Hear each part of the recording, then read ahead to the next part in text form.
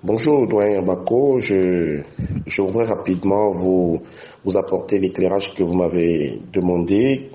Et vous savez, j'ai l'impression que ça ne fait pas sérieux, que parfois nos parlementaires ne font pas l'effort de s'arc-bouter sur les tests dont ils se sont eux-mêmes dotés, la constitution qu'ils ont adoptée il y a à peine 5 ans.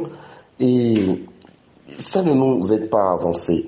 Le fait simple d'exiger 20% par circonscription électorale pour les partis politiques est un abus de pouvoir législatif. C'est un excès qui ne s'explique pas. Encore que, quand vous lisez l'article 81 de la nouvelle constitution ou de la constitution révisée, l'article 81 nouveau a déjà tout tranché.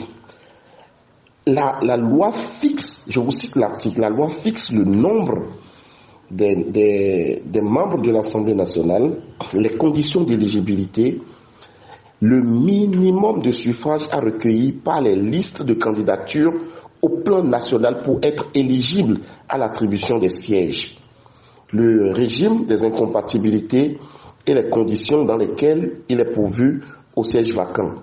Vous écoutez bien.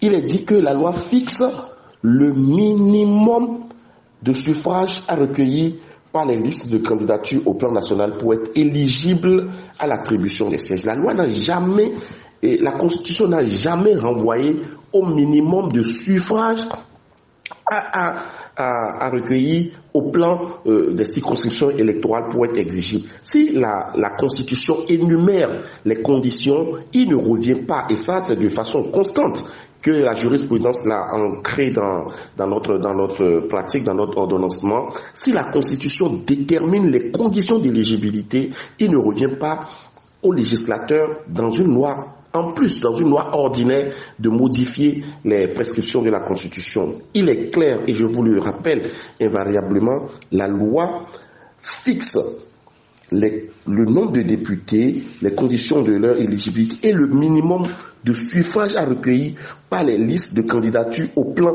national. C'est l'article 81 de la Constitution qui le dit.